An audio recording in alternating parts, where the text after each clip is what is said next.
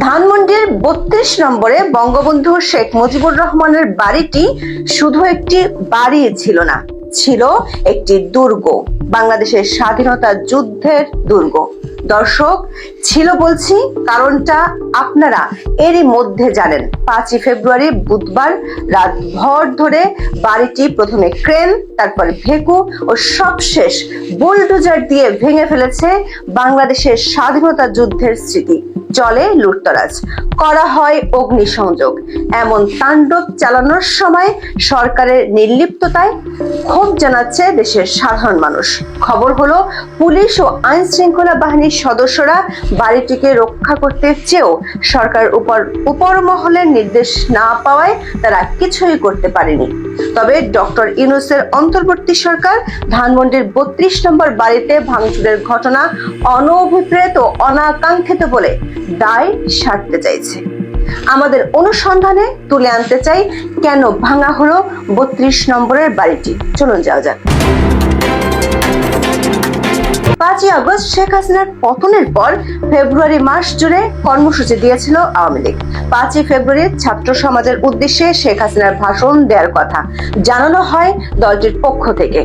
এরপর দেশের বাইরে থেকে ধানমন্ডির ৩২ নম্বরের বাড়িটি গুড়িয়ে দেওয়ার হুঁশিয়ারি দিয়ে ফেসবুকে পোস্ট দেন কয়েকজন। শেখ হাসিনা অনলাইনে ভাষণ দেওয়ার কথা ছিল রাত ৯টায়। সে অনুযায়ী রাত ৯টায় ধানমন্ডি ৩২ নম্বরের বাড়িতে যাওয়ার কথা ছিল ঘোষণাকারীদের, কিন্তু পরে কর্মসূচি বদলে ৭:৩০টায় নিয়ে আসা হয়। পরে রাজধানীর ধানমন্ডিতে শেখ হাসিনার স্বামী ওয়াজেদ মিয়ার বাড়ি, সুধা সদন সহ দেশের বিভিন্ন স্থানে আওয়ামী লীগের নেতাদের বাড়িতে হামলা, অগ্নিসংযোগ ও লুটপাটের ঘটনা ঘটে। খবর হলো, যারা কর্মসূচি ঘোষণা করেছিল তাদের লক্ষ্য ছিল ধানমন্ডির ৩২ নম্বর বাড়িটি। অন্য কোনো বাড়ির টার্গেট ছিল না। কিন্তু রাত ৮:৩০টার দিকে যখন সামাজিক মাধ্যমে মানুষ বাংলাদেশের স্বাধীনতা বিজড়িত এই স্মৃতিচিহ্নে আক্রমণের নিন্দা জানাতে থাকে, তখন আয়োজকরা সিদ্ধান্তে নতুন রং লাগায়। দেশের অন্যান্য জায়গায়ও ভাঙচুর এবং লুটপাট চালানোর সিদ্ধান্ত হয়। কারণ কি? কারণ হলো, বঙ্গবন্ধু ৩২ নম্বরের বাড়িটি ভাঙলে বাংলাদেশের মুক্তিযুদ্ধের স্মৃতিচিহ্ন গুড়িয়ে দেওয়া হচ্ছে এমন অভিযোগ উঠেছিল। সেই অভিযোগের মোড় ঘোরাতে আরো কয়েকটি বাড়ির উপর আক্রমণ চালানো হয়, যাতে এই ধারণা দেয়া যায় যে শেখ হাসিনা এবং আওয়ামী লীগের উপর ক্ষোভের কারণেই এমনটা করা হয়েছে। দর্শক, আমাদের অনুসন্ধান বলছে ধানমন্ডি ৩২ নম্বর বাড়িটির উপর ক্ষোভ বাংলাদেশের স্বাধীনতা বিরোধীদের আগেও ছিল। এই বাড়িটির ইতিহাস একটু জেনে নেই, তাহলে আমাদের ধারণা পরিষ্কার হবে কেন স্বাধীনতা বিরোধীদের এত ক্ষোভ এই বাড়িটির উপর। বাংলাদেশের রাজনৈতিক ইতিহাসের নানা চড়াই উতরাইও সাক্ষী ধানমন্ডির ৩ তলা বিশিষ্ট এই বাড়িটি। ডক্টর জগন্নাথ বড়ুয়া রচিত বঙ্গবন্ধুর ৩২ নম্বর বাড়ি বইটি সূত্রে জানা গেছে, ৬,০০০ টাকার বিনিময়ে ১৯৫৭ সালে বেগম ফজিলাতুন্নেসা মুজিবের নামে ধানমন্ডিতে ১ বিঘা জমির প্লট বরাদ্দ হয়। এককালীন ২,০০০ টাকা ও কিস্তিতে বাকি ৪,০০০ টাকা পরিশোধের শর্ত সাপেক্ষে জমির মূল্য পরিশোধ করেন শেখ মুজিব। ১৯৬০ সালে ধারকার্য ও হাউস বিল্ডিং ফাইন্যান্স কর্পোরেশন থেকে ঋণ নিয়ে বরাদ্দকৃত জমিতে বাড়ির নির্মাণ কাজ শুরু করেন বঙ্গবন্ধু। ১৯৬১ সালে ৩ কক্ষ বিশিষ্ট একতলা বাড়ি নির্মিত হলে সপরিবারে সেই বাড়িতে ওঠেন বঙ্গবন্ধু। পরবর্তীতে ১৯৬৫ সালে ২ কক্ষ বিশিষ্ট বাড়ির ২য় তলার কাজও সমাপ্ত হয়।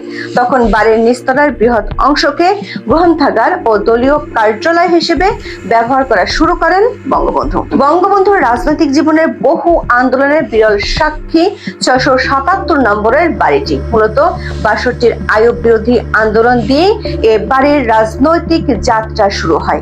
বঙ্গবন্ধুর ৩২ নম্বর বাড়ি বইতে বলা হয়, ধানমন্ডির বাসভবন ক্রমেই হয়ে ওঠে পূর্ব বাংলার রাজনীতির সূতিকাগার হিসেবে। শেখ মুজিব 1962 সালে আইয়ুব বিরোধী আন্দোলন শুরু করেন ঐতিহাসিক এই বাড়ি থেকে। এরপর 6 দফা, আগরতলা ষড়যন্ত্র মামলা, 69-এর গণঅভ্যুত্থান কিংবা 70-এর নির্বাচন, পূর্ব পাকিস্তানের অজস্র আন্দোলন সংগ্রামের রূপরেখার জন্ম হয়েছিল এই বাড়িতে। এই বাড়িটি রচিত হয়েছিল বাঙালির মুক্তির সংগ্রাম। স্বাধীনতার পর এই বাড়িতেই থাকতেন বঙ্গবন্ধু ও তার পরিবার।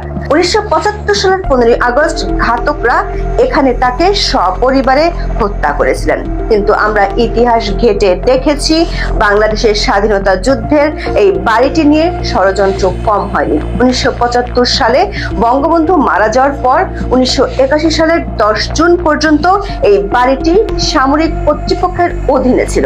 হাউস বিল্ডিং ফাইন্যান্স কর্পোরেশনের ঋণের মাত্র 12,000 টাকা অপরিশোধিত থাকায় নিলামে তোলা হয়েছিল বাড়িটি। সে টাকা পরিশোধ করে বাড়ি বুঝে পান শেখ হাসিনা। তখনও একটি দেশ ও দেশটির দূতাবাস চেষ্টা করেছিল বাড়িটি যাতে ধ্বংস করে দেয়া যায়। এরপর 32 নম্বর সড়কটির নাম্বার পরিবর্তনের চেষ্টা করে ওই রোডের নাম্বার দেওয়া হয়েছিল 11 নম্বর। 1981 সালের জুন মাসের 10 তারিখে বাড়িটি বুঝে নেওয়ার পর দুই বোন শেখ হাসিনা ও শেখ রেহানা ঘোষণা করেছিলেন ঐতিহাসিক এই বাড়িটি হবে জনগণের। 1994 সালের 14 আগস্ট 32 নম্বরের এই বাড়িটি জাতির জনক বঙ্গবন্ধু শেখ মুজিবুর রহমান স্মৃতি জাদুঘর হিসেবে উদ্বোধন করা হয়। এখন সেই জাদুঘরটি নিশ্চিহ্ন। বাড়িটি যখন নিশ্চিহ্ন করে দেওয়া হয়েছে তখন ডিফেন্স পাকিস্তান নামে একটি এক্স হ্যান্ডেলের পোস্টে বলা হয়েছে, বাংলাদেশের বিপ্লবীরা গুড়িয়ে দিল 32 ধানমন্ডির মুজিবুর রহমানের বাড়ি, যেখানে ভারতের ষড়যন্ত্রে পাকিস্তান ভাঙার ছক কষা হয়েছিল। এর ফলে বাংলাদেশে মুজিবরের কিয়দংশ অবশিষ্ট রইল না। যদিও বাংলাদেশের অনেক গণমাধ্যমে বলা হচ্ছে এই ডিফেন্স পাকিস্তান এক্স হ্যান্ডেল অ্যাকাউন্টটি পাকিস্তানি সামরিক বাহিনীর নয়, কিন্তু আমরা ফ্যাক্ট চেক করে দেখেছি এটির অ্যাকাউন্টে ব্যক্তিগত অ্যাকাউন্ট হিসেবে দাবি করা হলেও এই অ্যাকাউন্টে বিভিন্ন সময় বিভিন্ন কিছু পোস্ট করা হয়েছে, যেগুলোর তথ্য পাকিস্তানি সেনাবাহিনীর অফিসিয়াল এক্স হ্যান্ডেল পাকিস্তান ডিফেন্সের হুবহু কার্বন কপি। শুধু তাই নয়, আমাদের হাতে একটি ভিডিও ক্লিপ এসেছে। ভিডিও ক্লিপটি 32 নম্বর বাড়িটি ভাঙার আগে, যেখানে ডিফেন্স পাকিস্তানের টুইটার মতো একই রকম বক্তব্য দেওয়া হয়েছে। বলা হয়েছে 32 নম্বর বাড়িতে বসে পাকিস্তান ভাঙার ষড়যন্ত্র করা হয়েছিল। এদিকে ঘটনার 15 ঘন্টা পর ঘুম ভেঙেছিল অন্তর্বর্তী সরকারের। সরকারের প্রেস উইং এক সংবাদ বিজ্ঞপ্তিতে দাবি করেছে ঘটনাটি অনভিপ্রেত ও অনাকাঙ্ক্ষিত। সরকারের দাবি, মানুষের মনে জুলাই গণহত্যা নিয়ে যে ক্ষত রয়েছে সে ক্ষততে শেখ হাসিনা একের পর এক আঘাত করে চলেছেন। তারই অহিংস আচরণের প্রতিক্রিয়া হিসেবে 32 নম্বর বাড়ি ভাঙচুরের ঘটনা ঘটেছে। কিন্তু আমাদের অনুসন্ধান বলছে পুলিশ ও সেনাবাহিনী ঘটনাস্থলে প্রতিরোধে গিয়েছিল, এমনকি ডিএমপি কমিশনারও ছিলেন, কিন্তু সরকারের ওপর মহল থেকে সাড়া না পেয়ে তারা ফিরে যান। শেখ হাসিনা ভাষণ দেওয়ার কথা ছিল রাত 9টায়, বিরোধীদের কর্মসূচিও ছিল রাত 9টায়, কিন্তু আইন শৃঙ্খলা বাহিনী যাতে আগেই ব্যবস্থা নিতে না পারে সেজন্য 7:30 থেকে জড়ো হয়। এই ঘটনা নিয়ে বিবিসি বাংলাকে দেওয়া সাক্ষাৎকারে ছাত্র অধিকার সংরক্ষণ পরিষদের নেতা নুরুল হক নূর বলেছেন, এখানে মনে হয় সরকারের ভিতর থেকে সমর্থন রয়েছে, না হলে তো এভাবে পূর্ব ঘোষণা দিয়ে এই পদক্ষেপ নেওয়া কিংবা এই কর্মযজ্ঞে পাবলিককে উত্তেজিত করে অস্থিরতা তৈরি করা, এটা তো সরকারের ভিতরে সমর্থন ছাড়া হওয়ার কথা না। একই সঙ্গে উপদেষ্টাদের দিকেও আঙুল তুলেন তিনি, বলেন, আমরা তো দেখি নাই সরকারের ভিতর থেকে এই ধরনের কর্মকাণ্ডকে নিরুৎসাহিত করা হচ্ছে, বরং সরকারের উপদেষ্টাদের কারো কারো ফেসবুক লেখাতেও আমরা দেখেছি যে এটাতে সমর্থন রয়েছে। সরকার যদি এই ধরনের কর্মকাণ্ডের সমর্থন দেয় তাহলে তো নৈরাজ্য তৈরি হবে। অন্যদিকে নাগরিক ঐক্যের সভাপতি মাহমুদুর রহমান মান্না বলেছেন, এই ঘটনায় সরকার ও আইন শৃঙ্খলা রক্ষাকারী বাহিনী খুবই দায়িত্বহীনতার পরিচয় দিয়েছে। বিশেষ করে এই বুলডোজার কোথা থেকে এলো এমন প্রশ্ন তুলে ধরে তিনি বলেন, সরকার যদি এভাবে এটাতে ইনভলভ হয়ে যায় সেটা খুবই দুঃখজনক এবং খুবই উদ্বেগের কারণ। এরকম পথ থেকে সরকারকে অবিলম্বে সরে আসা উচিত। আমাদের বিশ্লেষণ হলো, অতীতে বহুবার 32 নম্বর বাড়িটি নিয়ে ষড়যন্ত্র হয়েছিল, কিন্তু ইতিহাস বলছে 32 নম্বর নয়ন সম্মুখে না থাকলেও হৃদয়ের মাঝে তার ঠাঁই ঠিকই থাকে। কারণ বাড়িটি যে বাংলাদেশের ইতিহাসের সাথে সম্পর্কিত বাড়ি, বঙ্গবন্ধুর বাড়ি। আজ এ পর্যন্ত। সবাই ভালো থাকুন, সুস্থ থাকুন, নিরাপদে থাকুন। দেখা হবে